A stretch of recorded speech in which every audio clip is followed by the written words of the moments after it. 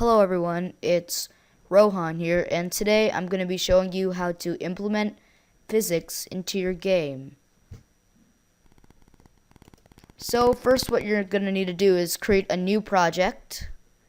Name your project whatever you want your game to be. So let's just say physics.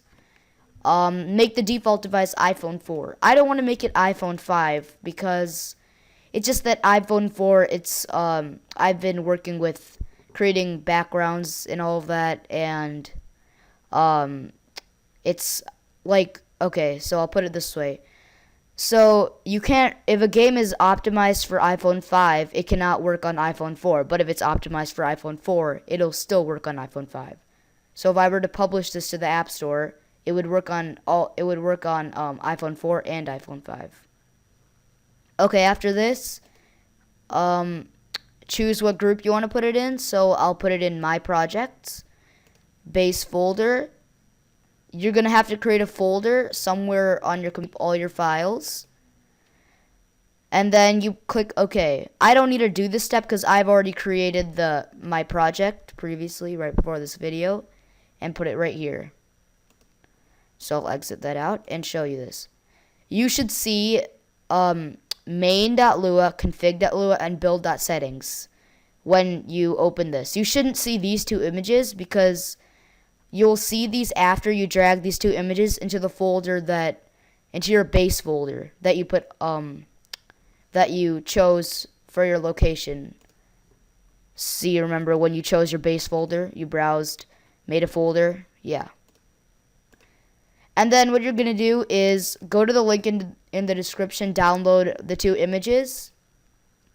It's in a zip file, so yeah, download the zip file, drag the two images to your base folder, and then you should see them right here. And then what we're going to be doing is double-clicking the main.lua. Basically, all the code that we're going to be writing goes into main.lua. It's very important. The first thing that we're going to be doing is hiding the status bar. Okay, so let's just run the program right now. It has absolutely no code. All of this stuff right here is just comments, and they do not affect your code at all. So let's launch, and as you can see, you'll see an iPhone just right there. And this top bar right here with the Wi-Fi, battery life carrier, all of that, this is called the status bar. And you do not want this in your game. It's very distracting. So what we're going to be doing is we're going to be typing in this line of code right here on line 10. And I'll just enter this so that it's separated so we don't get confused. And I'll annotate hide status bar just to get this place organized. Okay, now we'll save it. But to save it, you can either go to File, Save, you can click Save, or you can just do Control S. Either way works. I just do Control S because it's much more quick. Okay, so once we launch it, as you can see, the status bar has disappeared. After this, we will be displaying the background on the screen for the game. So we'll type in startup and annotation just to get this organized. Remember, comments. These are comments, what I'm highlighting right now. This is a comment, and it does not affect the code whatsoever. So we'll say background is equal to display.new image, and then we type the image name. So we're going to be displaying the background. And the background is this image that is named bg.jpg. It was in the zip archive that you downloaded, and you dragged these two pictures, pg.jpg and tennisball.png, to your base folder. So we're going to be using bg.jpg. So we'll type in bg.jpg and then save, and then you can run it. And as you can see, it worked perfectly. And I'll just explain this to you. What this is so this right here, display.newImage, it's self-explanatory. It displays a new image on the screen. You just type this, display.newImage, and then in parentheses, double quotes, you put the image that you want to display on the screen, which is bg.jpg. So that image is going to be put inside this variable background. It's a very simple line of code. Then after this, we're going to be adding the tennis ball. So I'm going to do tennis ball is equal to display dot new image, exactly like last time. And then, typed the wrong thing.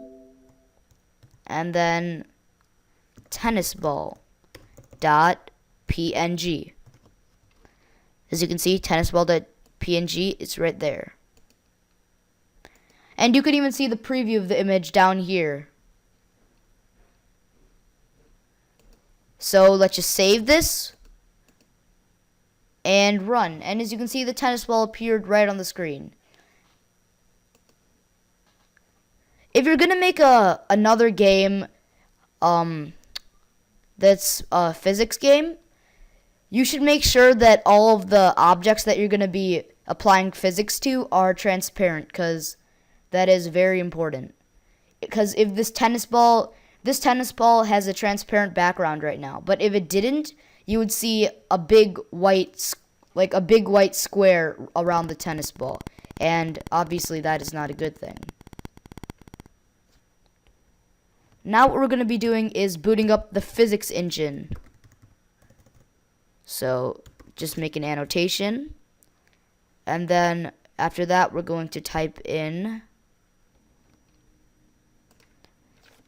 right here. Okay, so what this basically does is like I said before, it boots up the physics engine. After this, we're going to be adding physics to the tennis ball, physical properties, to make it act like a real tennis ball in basically the real world, giving it the properties of gravity, friction, bounce, all of that. So we'll type in tennis ball, physical properties. So the first thing you need to do is type in physics dot start parentheses here. Okay, this is basically starts the physics engine after it is booted up on line 19. Then finally we'll add physical properties to the tennis ball. So we'll type in physics dot add body, and then we will type in the name of the variable, because remember the image tennis ball is being put into this variable tennis ball. So then we'll type in physics.addBody tennis ball, and then we'll say comma right here, and then add the small properties that will be put inside this tennis ball. So we'll put the bounce is equal to, let's just say, 0.1. We'll put the let's say the friction, we'll put that is equal to 1. And then after this we can save it, and then we can see what happens. So we'll run it or launch, and as you can see, the tennis ball, take this part out. Now that we finish this, we can run it, and as you can see, the tennis ball is responding to gravity. It is falling down. But as you can see, the tennis ball just fell right through the ground, fell right through the floor, and we do not want that to happen. So basically, these bounce and friction properties have no reason to even be acted upon. Like there can't be any bounce because there's nowhere to be for the tennis ball to bounce off of, and there's nowhere for the tennis ball to basically test its frictional properties. So let me just click stop right here. So then we'll type in a few more lines. These next few lines will add the floor. So we'll make another section just to get organized. Comment floor, and then we'll say floor is equal to, I'm going to just do FLR because just to make it shorter, display.new rect, not display.new image. We're going to be making actually a rectangle that's based inside the game. So display.new rect, oh sorry, actually not based inside the game, it's inside the Corona SDK creates this rectangle. And then we're going to put the location of where we want it to be. So we're going to say we want it 0 on the x-axis. Then we'll say 640 on the y-axis. And then we're going to say how big we want it. So we want it to be around, in width, we'd want it to be around, let's just say 640. And in height, we'll say 100. So let's see what happens. Okay, so that is not good. That rectangle is not in the right spot. So let's put it a little lower. 700. Let's test this out. Still not good. So let's put it all the way down to 900. Let's see how this works. It's good. Let's just put it a little lower so it's not very distracting. So we'll put it to 950, and that's the lowest we will go. Okay, as you can see now that the floor is there, but there's still one problem. Nothing is happening that we want to happen. It's still going right through. But now what we have to do is we have to add the physical properties to the floor. Because right now it's not really a physical body, it's just a rectangle that you created. So now we'll do physics dot add body. We'll do exactly the same thing that we did to the tennis ball. Floor, the variable, FLR, and then comma, and then we'll set its properties. But first we have to type this little part in, static. That means that it will not respond to gravity. It'll stay in basically that location. It will not just drop down. So that's pretty much what we want. We don't really want any bounce. We actually don't even need properties for this. So stop, launch, and let's see what happens. Whoa, what is this? Why is the tennis ball stopping right here? It should be bouncing to the floor. Well, I'll show you why. First, we're going to need to type in this piece of code. Okay, so what this piece of code does is it basically changes the way we see the program in a way called hybrid, and I'm going to show you this right now. Save it, Control S, or whatever you want to do, file save. So then launch, and then look at this. So as you can see, this is how the physics engine sees the tennis ball. It doesn't see it as a circle, how we see it. It sees it as a big square block. And that's why it's stopping right here. So what we want to do is set another property to the tennis ball called the radius. And we can play along with this. Radius is equal to, let's just say, 5. We have to keep on adjusting this. So let's see if 5 works. Nope, it's a little too small. As you can see, it's kind of hard to see. That little circle right there in the middle of the tennis ball is what the radius is now. So let's put it to 20. And again, it's still not good. It's still that little circle in the middle. Okay, now finally we'll put it to 50. Let's see if this works. If it doesn't, yes, it's perfect. It responds in every way to physics. Now we'll take this off, this physics.setDrawMode hybrid, and we'll see how it is. What did I just do? Whatever, okay. So let's see what this does now.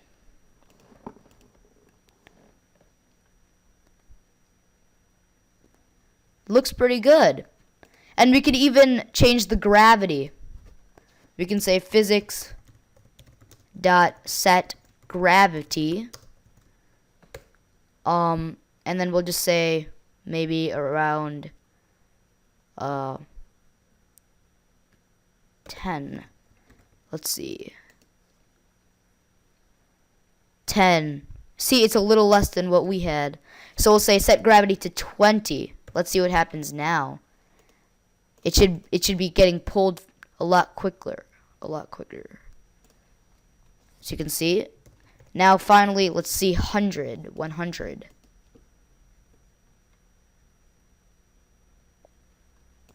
Yeah.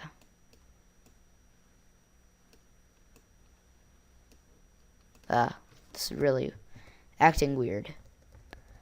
Okay, so thanks for watching. But first I want to tell you about what I'm actually typing this code in. What I'm typing this code in is Outlaw IDE. And I explained what an IDE is in one of my previous videos. An IDE is it's basically a program that lets you run your code, and it like debugs your code for you, and it's a lot of it helps you with a lot of things. As you can see, it keeps all my projects organized in this left column, and has all this helpful stuff right here.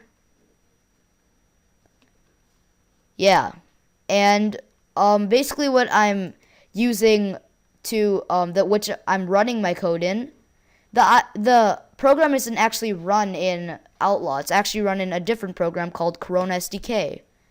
As you can see, it runs the Corona simulator, which is Corona SDK.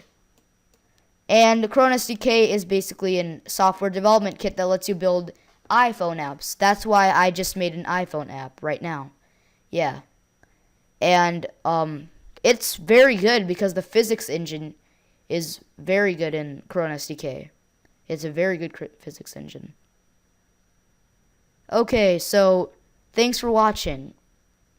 I'll hopefully be making a video again to add on to this, because this is not even a game. This is basically just a short video to show you how to add physics to any objects. I shouldn't even say games, but whatever.